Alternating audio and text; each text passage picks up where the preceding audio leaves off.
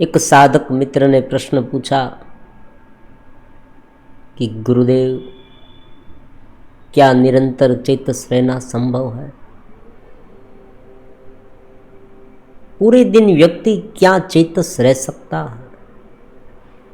उनकी चेतनवंतता क्या बरकरार रह सकती है? क्या वो अपने आत्मभाव में रह सकता है?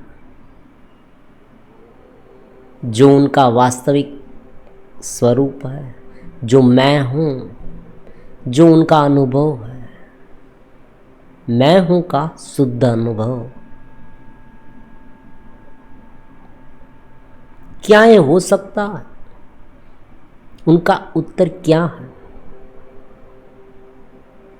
उनका उत्तर हाँ है। हाँ, ये संभव है, लेकिन उन्हें बारीकी से समझना होगा ये कैसे हो सकता है। और आप ये भी कहेंगे कि ये नहीं हो सकता।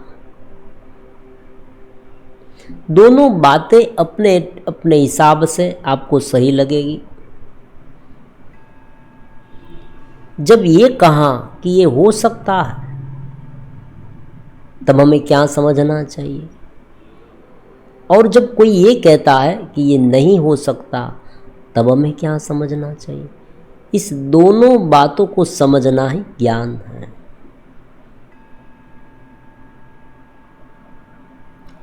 अब देखें, इनके पहले वीडियो में हमने देखा था अलग अलग प्रकार के चेतन होते हैं। चेतन के स्वरूप,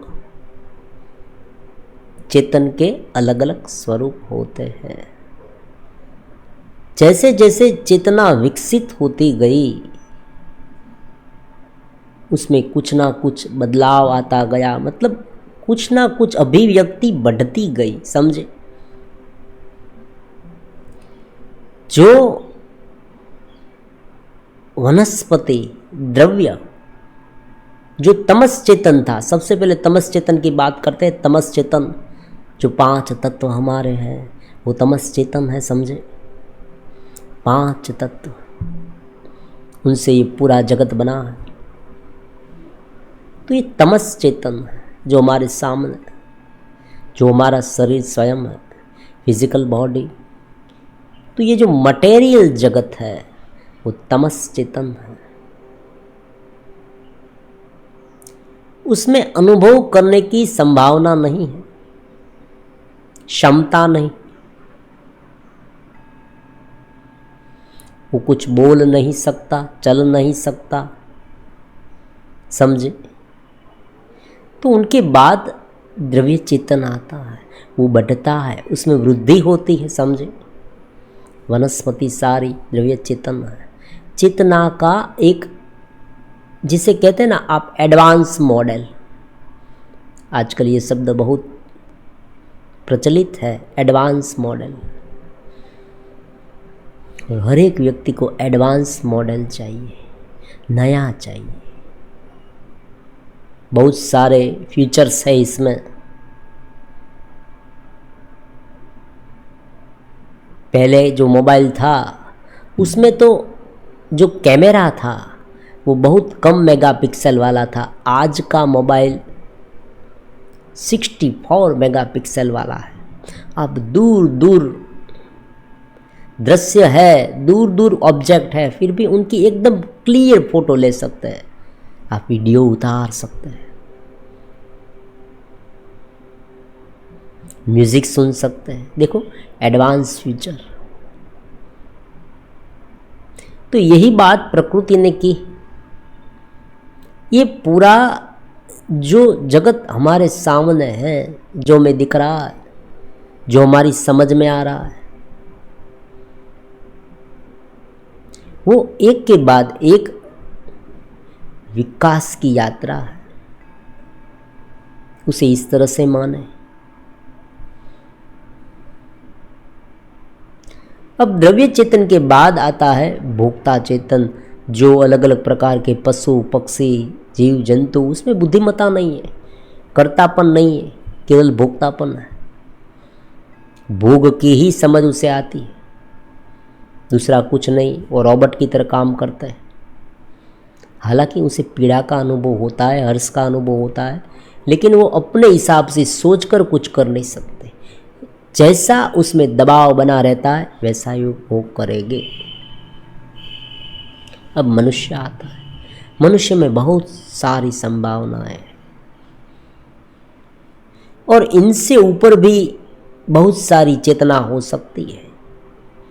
हमारे पुराणों में उनका जिक्र है, उनका उल्लेख किया गया है। उनसे ऊपर के लोक हैं, ये सब हो सकता है और होगा ही, क्योंकि ये रचना इतनी कॉम्प्लेक्स है कि हम मान सकते हैं ये प्रकृति जो है, परमात्मा जो है, वो ऐसी ऐसी गजब गजब की रचना करने में माहिर है। छोटी सी चींटी में क्या कुछ नहीं डाला उसने, समझे? सब कुछ उसमें भरा हुआ। छोटी सी चींटी में, वायरस में, समग्र जीव जंतु में ये है। तो स्वाभाविक रूप में हम ये समझ सकते हैं कि अलग अलग प्रकार की चेतनाएं होगी मनुष्य से ऊपर भी। लेकिन हम ये समझ सकते हैं कि जिस तरह से गुरुत्वाकर्षण का सिद्धांत है, ग्रेविटी का सिद्धांत, प्रिंसिपल है, उसी तरह से हमारा भी जो घेरा है अहम भाव का, जब तक इसी चक्कर में पड़ा रहेगा, ये चक्कर हम कहेंगे उसे, इस घेरे को, तब तक वो ऊपर नहीं उठेगा। बस यही सिद्धांत याद रखना। मनुष्य जन्म इसलिए महत्वपूर्ण है क्योंकि यहाँ पर संभावना है ऊपर उठने की। हम अपने घेरे को तो अनुभव कर ही पाएंगे, समझे? आज आपने आइसक्रीम खाई, कितनी अच्छी लगी, कितनी मज़ा आ गई। आइसक्रीम खाई, बहुत मज़ा आई। नीम के पेड़ का, नीम के पत्ते का रस पिया आपने, कड़वा लगा।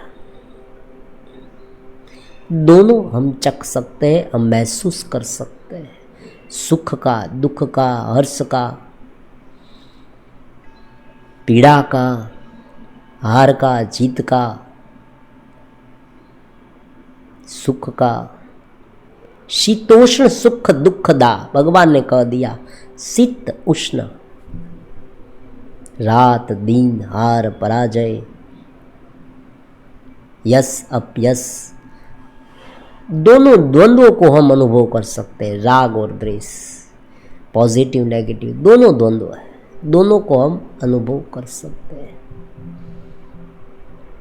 तो दोनों को हमें इस प्रकृति का हिस्सा मानना है, बस यही करना है, दूसरा कुछ नहीं। दोनों को प्रकृति का हिस्सा मानना है।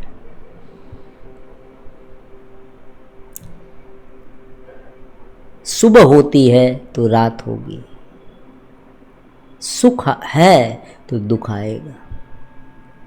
अगर कोई व्यक्ति ये अपेक्षा रख के बैठ जाए कि मेरे जीवन में सुख ही सुख, सुख ही सुख, सुख ही सुख, ये नहीं संभव हो सकता, क्योंकि दूसरा पहलू है ही, और दूसरा पहलू है इसलिए ये है।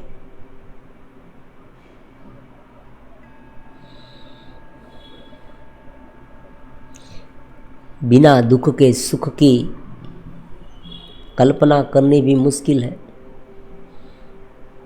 तो कुल मिला के एक ही बात है कि अगर आप निरंतर चेतनवंत रहना चाहते हैं तो पहले इस घेरे को बारीकी से समझना होगा।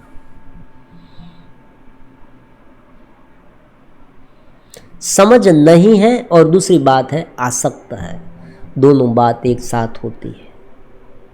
समझ आ गई लेकिन आसक्त है तो ये बात समझते हुए भी अनुभव में नहीं आएगी, और इसलिए हम उसे आयाम कहते हैं। आयाम क्यों कहा गया? बार बार आयाम आयाम बोलते हैं। चेतना का आयाम, आत्मा का आयाम, स्व को जानने का आयाम, क्योंकि ये एक इस प्रकार की, जिसे कहते हैं ना, एक स्टेज है,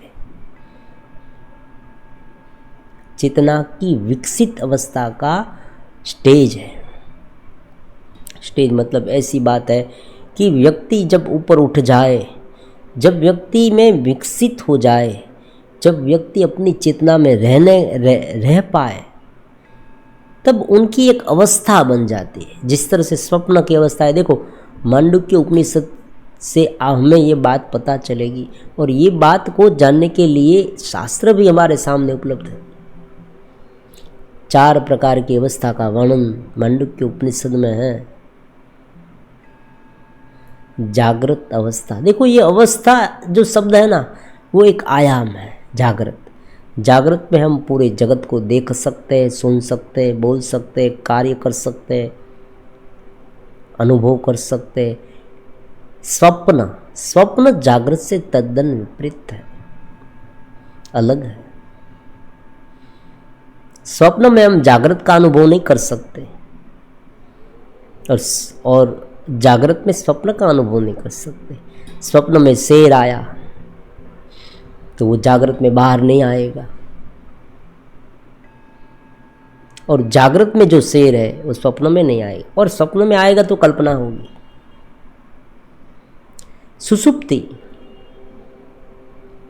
सुसुप्ति में हम पूरी तरह से निद्राधीन हो जाते। तो ये जिस तरह से 3 प्रकार की अवस्था है, इसी तरह से चौथी अवस्था है। चौथे को जान, वो तुर्यगत अवस्था, स्वरूप का अनुभव, मैं हूँ का नितांत अनुभव आनंद रूप है। और ये 24 वर्ष हो सकता है। मैं हूँ, निरंतर मैं हूँ, दुख में भी मैं हूँ। समझे, ये जो व्याख्या है ना, समझना, दुख में भी मैं हूँ। ये ऐसी बात नहीं है कि जब ये अनुभव होने लगे तब बाह्य स्थितियाँ पूरी तरह से बदल जाए, ये नहीं हो सकता। क्यों? क्योंकि बाह्य स्थितियाँ केवल हमारे आधारित नहीं है। बहुत सारे जीव जंतु है, आप देखें, उस सारे जीव जंतु के कर्म है, और ये स्वप्न है। ये स्वप्न केवल हमारा नहीं है, बहुत सारे लोगों का स्वप्न है। हम तो केवल उनके पाठ हैं। ये घेरा उनका भाग है, समझे। हम नितांत चेतन है। जो मैं हूं का भाव होता है ना, वो निरंतर होता है और शुद्ध बुद्ध मुक्त है। तो जो अपना एपिसेंटर शरीर में रखेगा वो कभी सुखी होगा, कभी दुखी होगा। जो अपना एपिसेंटर केंद्र बिंदु मन में रखेगा वो कभी खुश होगा, कभी दुख होगा, कभी हर्षित होगा, कभी चंचलता का अनुभव करेगा। जो बुद्धि में रखेगा वो भी यही उनका हाल होगा ना। अगर कोई व्यक्ति बुद्धि में फंस गया, बुद्धि भी यही करती है। जब तर्क से हमने ये सब कुछ समझा, जब हम एक निर्णय पर आ गए तो आनंदित हो गए, लेकिन जब दूसरे की बात हमने सुनी, दूसरे सिद्धांत पढ़े, दूसरे ग्रंथ पढ़े, और हमें ये लगा कि जो मैं सोच रहा था वो ऐसा नहीं है, तुरंत हम दुखी हो जाते हैं। बुद्धि से हमने जो सिद्धांत बनाया वो अलग है, कोई मेरा सुन नहीं रहा। बुद्धि से ये होगा। बुद्धि से आप कल्पना करी, बुद्धि से आपने निर्णय लिया और आपका निर्णय कोई मान नहीं रहा, दुख होगा, परेशानियां होगी। शरीर से भी यही है, मन से भी यही है, स्मृति से भी यही है। जो घेरे के अलग अलग एलिमेंट्स है, सारे के सारे जो तत्व है, उनमें मन रखेंगे, वहाँ एपिसेंटर रखेंगे, तो यही हाल होने वाला है। अब यहाँ महत्वपूर्ण 2 बात सामने आ गई। इस चर्चा के माध्यम से हम 2 बात तक पहुँचे। एक बात यह है कि हम जितना है वो ये घेरा है। तो आप ये कहेंगे कि अगर ये घेरा है तो इस घेरे से हमें क्या पूर्ण रूप से मुक्त हो जाना है? अगर ये घेरा है तो घेरे में पड़ना ही क्यों है? ये अलग अलग प्रकार की जो चीज़ों से हमारे सामने है और घटित हो रही प्रक्रियाएं, इतने सारे लोग, धन संपत्ति, हमारे सारे रिलेटिव्स है जो है,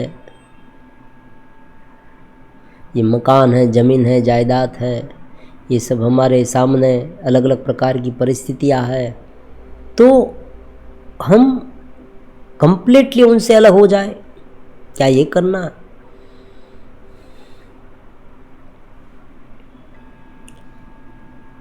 अब यहाँ पर ये स्थिति हमने समझी कि इनसे कंप्लीटली अलग हो जाए, ऐसा हमने सोचा। यहाँ ये समझना है कि जब तक ये घेरे के साथ इस चेतना का जुड़ाव है,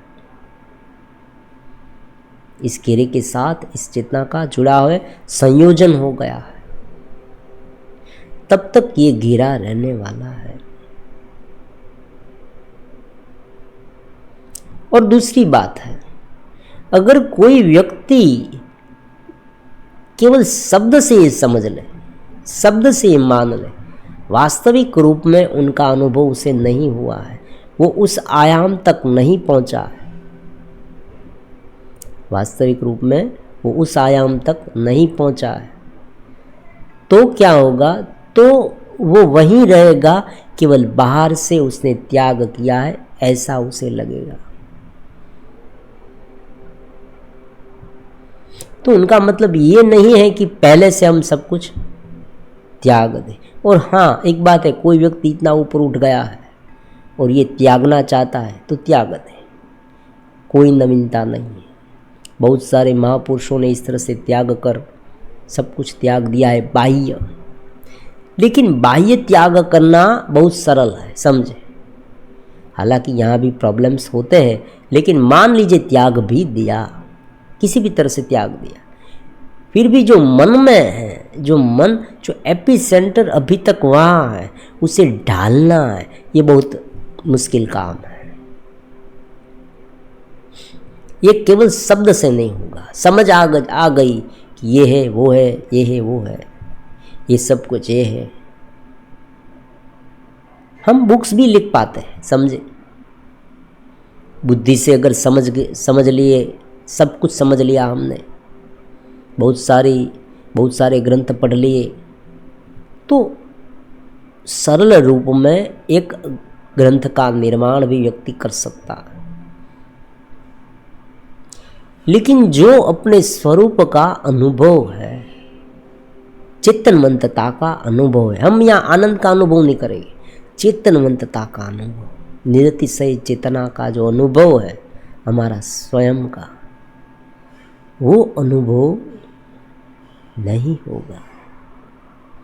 और जब तक ये नहीं होगा, जब तक चखा नहीं है उनका स्वाद, तब तक व्यक्ति कब उसमें फंस जाए पता नहीं चलेगा, फिर से वो वहाँ गिर जाएगा, बार बार गिरता रहेगा। तो उनका मतलब ये हुआ कि ये छोड़े या रखे, उनसे कोई फर्क नहीं पड़ेगा। तो दूसरा क्या करना है? हमें 24 आवर्स चेतनता में रहना है। तो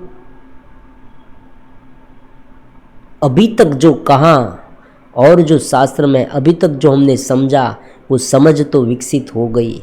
अब हमें इस तरह से ये समझना है जगत को,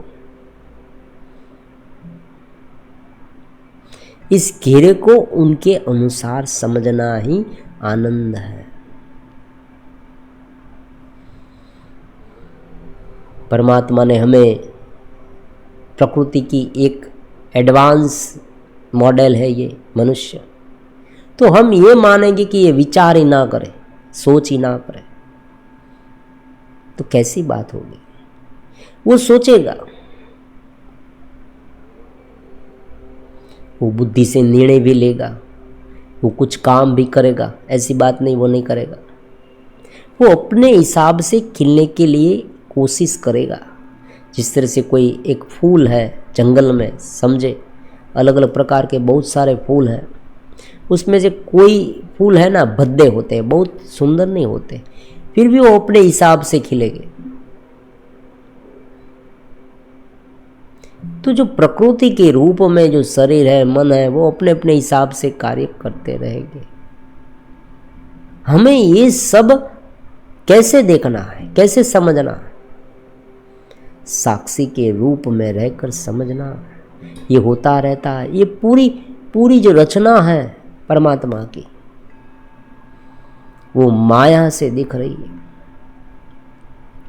अगर ये ख्याल हमें समझ में आ जाए और उनके साथ साथ चेतनवंतता का भाव भी रहे और उसे हम डेवलप करते रहे, तो 24 आवर्स हम चेतनवंत रह सकते हैं। ये इम्पॉसिबल नहीं है।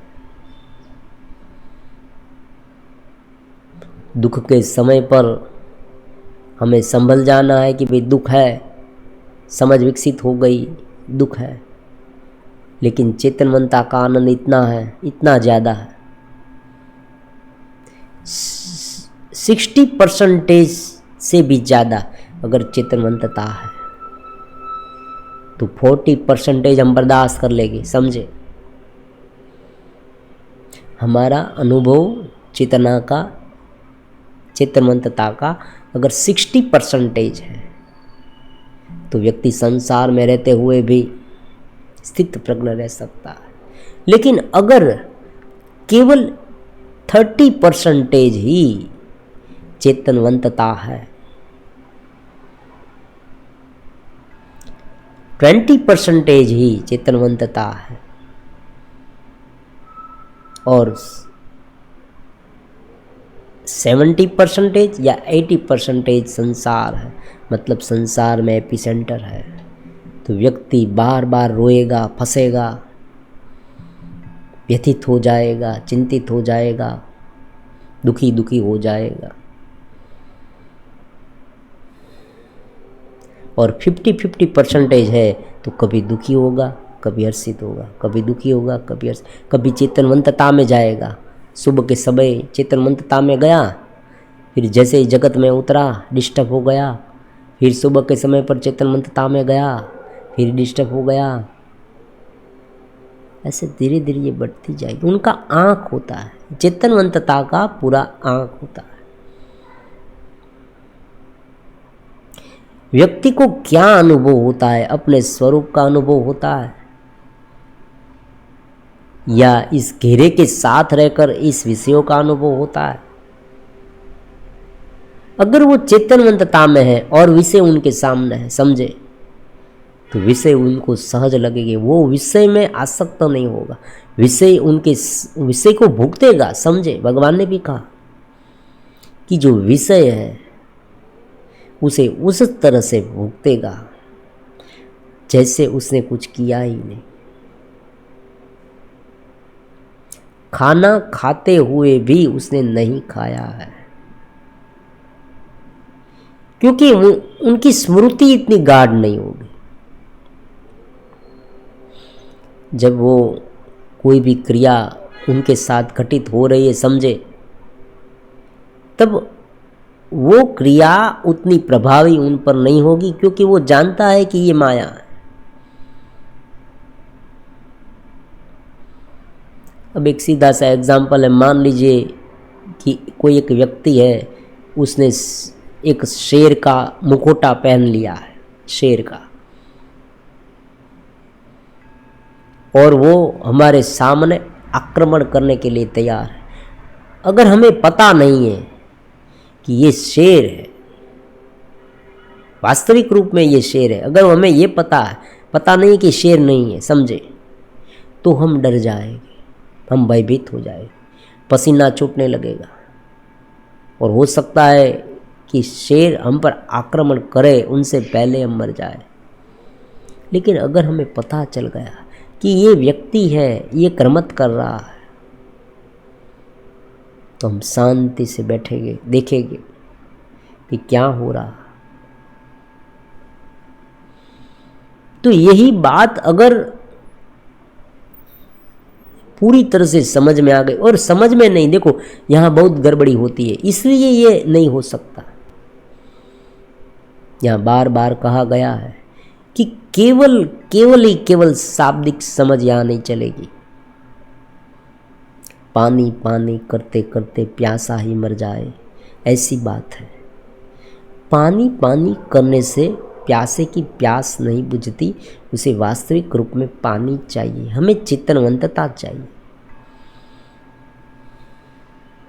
फिर आप भक्ति से करें, ध्यान से करें, ज्ञान से करें, फुल ऑफ कॉन्शियसनेस, होश की एक दृष्टि हमें चाहिए, गुरु कृपा चाहिए। गुरु कृपा से भी ये हो सकता है, भगवत भाव से ये हो सकता है, परमात्मा के प्रति प्रेम से, प्रगाढ़ प्रेम से हो सकता है।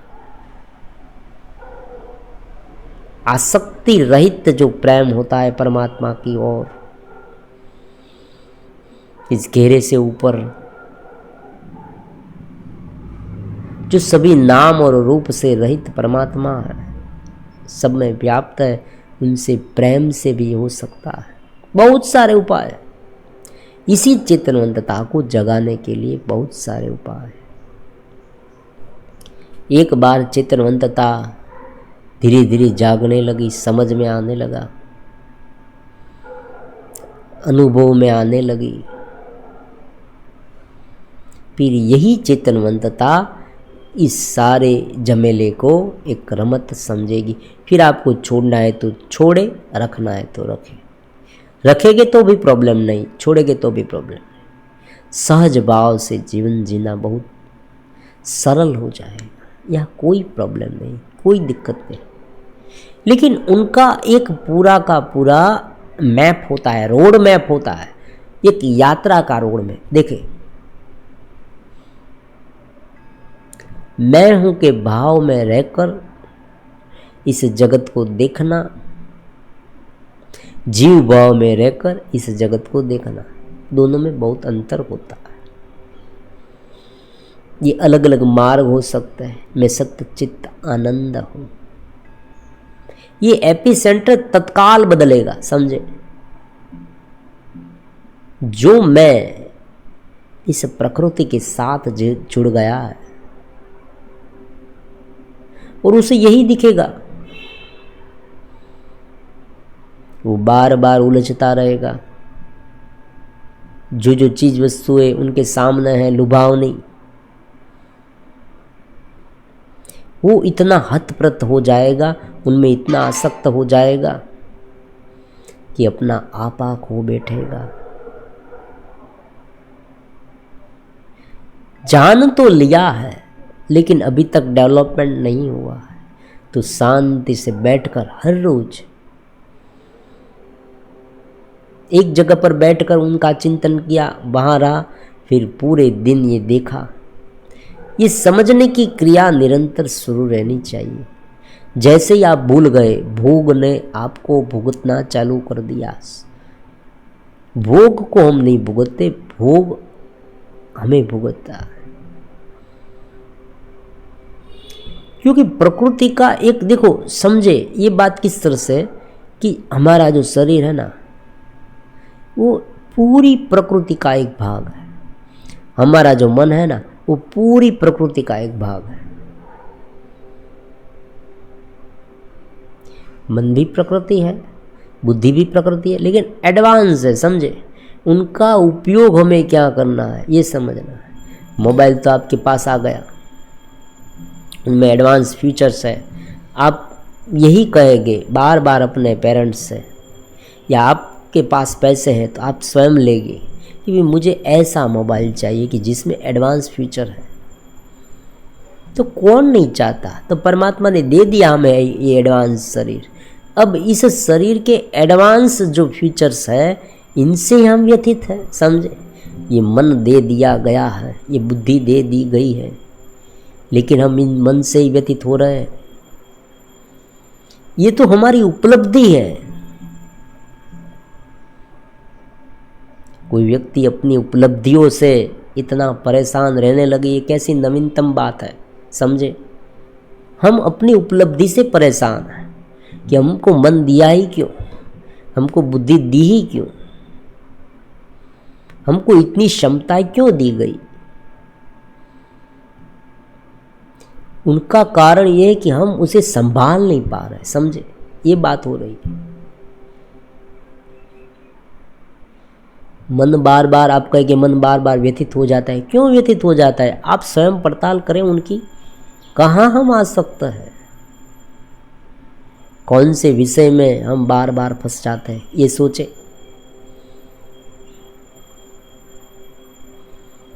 एक और साधना शुरू है, जुड़ाव शुरू है, समर्पित भाव से, गुरु से, परमात्मा से हम इतने करीब आ गए हैं, भक्ति भाव से। और दूसरी ओर हम देखना शुरू है, समझना शुरू है, उनके साथ घिरना नहीं।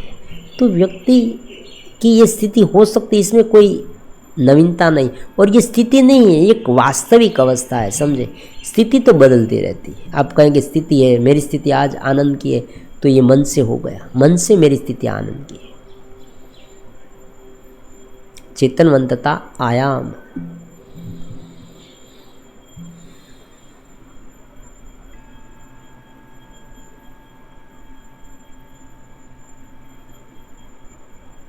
थोड़ा बहुत इस घेरे को मठारना, ये सब भी है जैन योगा में। आप देखें अलग अलग प्रकार के हमारे सेंटर हैं, आप कहीं से भी किसी भी तरह से अलग अलग प्रकार के उपायों से, समझ से, कुछ भी करके इस घेरे को घिरा समझे और चेतनवंतता को चेतनवंतता समझे, फिर ये घेरा भी चेतनवंतता का ही अंश है।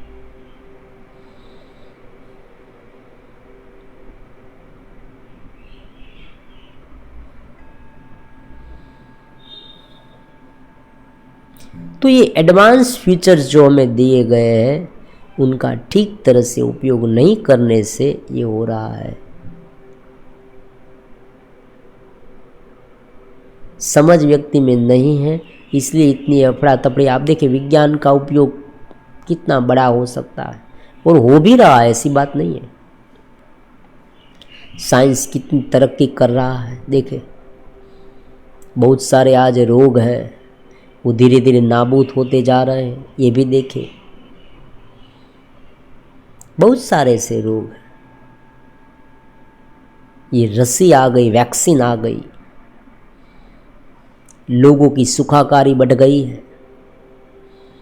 एक व्यक्ति को दूसरे व्यक्ति के साथ बात करने में कुछ समय ही नहीं लगता, 1 सेकंड में बात कर सकता है। आज कोई व्यक्ति अमेरिका में बैठा है, आप वहाँ बात कर सकते हैं।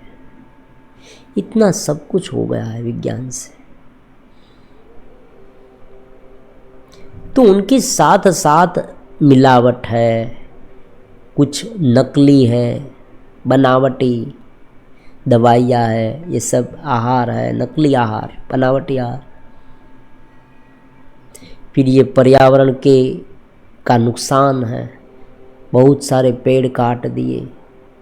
फिर महत्वाकांक्षा और अहंकार के लेवल पर ये लड़ाई झगड़े हो रहे हैं, उसमें ये विज्ञान का यूज़ करके व्यक्ति एक दूसरे के खून के प्यासे हो गए हैं। तो ये सब क्या है, उनका मिसयूज़ है, दूसरा कुछ नहीं।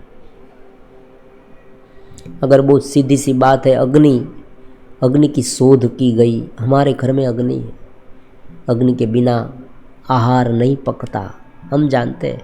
अब यही अग्नि का उपयोग आप दूसरे व्यक्ति का घर जलाने के लिए कर सकते हैं। कोई व्यक्ति ये कर सकता है। रात को मान लीजिए कोई ऐसे ज्वलनशील पदार्थ है, वो छिटक कर आग लगा सकता है पूरे शहर में, कर सकता है। विकृत व्यक्ति क्या कुछ नहीं कर सकता।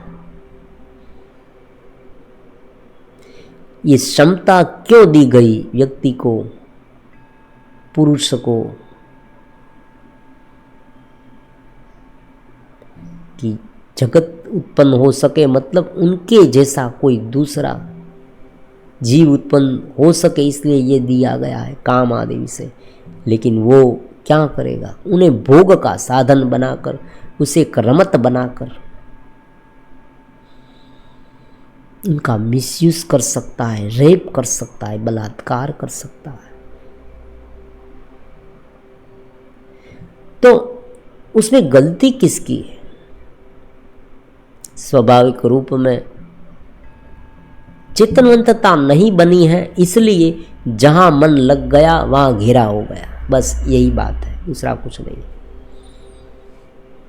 अगर व्यक्ति प्रकृति में फंस गया और बार बार वही सोचता रहा, देखो एक एक क्षण क्षण महत्वपूर्ण है हमारे जीवन का। आज क्षण बीत रहा है, उस क्षण में देखे हम कहाँ फंसे। एक क्षण ऐसा होता है कि जहाँ पर हम ऊपर भी उठ सकते हैं, नीचे भी गिर सकते हैं। उस समय संभल गए तो पूरा जीवन आनंद ही आनंद है। उनके लिए एक ही बात है, सबसे पहले परमात्मा से प्रेम करना, जुड़ना, गुरु से जुड़ना, समर्पित भाव से जुड़ना। एक ऐसा आइकॉन रखे हमारे जीवन में, परमात्मा गुरु जो है उनसे जुड़े रहे, ताकि वहाँ से हमें ज्ञान मिलता रहे, ध्यान मिलता रहे। जगत तो अपने आप होता रहेगा, उसमें बहुत ध्यान मत, जितना जरूर पड़े उतना ध्यान दे तो भी वो होगा। आप अपने हिसाब से अच्छे काम करेंगे, जो अपने हिसाब से जो चित्तनवंतता से हो रहे हैं वो सब काम ठीक हो गए, अपने हिसाब से हो। लेकिन अगर अज्ञानवशात जो हो रहे हैं, जैसे हमारा एपी सेंटर नीचे गया, हम कोई ना कोई विषय में गिर जाते, समझे ये बात है, देखा देखी में गिर जाते। किसी ने ये कहा, किसी ने वो कहा,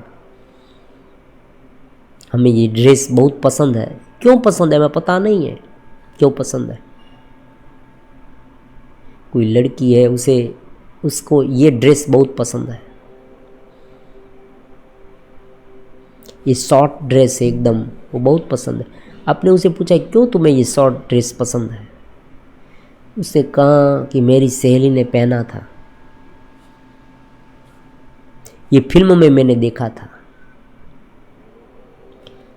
तो क्या अच्छा है, क्या बहुत अच्छा है, क्या मुझे शूट होगा, मुझे क्या करना चाहिए, ये सब हम है ना दूसरे पर डिपेंड होता है। दूसरा व्यक्ति ने कहा, हम ये मानने लगते हैं कि ये उसमें कुछ आनंद होता होगा, लोग ये कर रहे हैं इसलिए मैं ये करूं। उसे देखा देखी, उसने किया, मैं ये करूंगा। तो ये अलग अलग प्रकार के बहुत सारे प्रभाव है। ये सब आप कब समझ पाएंगे, आप स्वयं को समझना है। हर एक व्यक्ति अपना गुरु है, बाह्य गुरु कोई काम का नहीं। हाँ एक बात है, वो केवल उसे प्रेरित करेगा, एक बार चेतनवंत भी कर दे। लेकिन हर एक क्षण क्षण क्षण वो उसे एक क्षण में एक चेतनवंतता है और एक जगत है, उसमें से 80% 70% चेतनवंतता में रहना है, 30% में जगत में रहना है। ये अनुपात रहना चाहिए, मेंटेन करना चाहिए। कहाँ पर मन जाता है वो देखे, मन फंस जाता है वो भी देखे। उनके बारे में एक वीडियो सुंदर सा बनाएगी कि यहाँ मन गया तब क्या होता है, वहाँ मन गया तब क्या होता है। ये पूरा मैकेनिज्म है।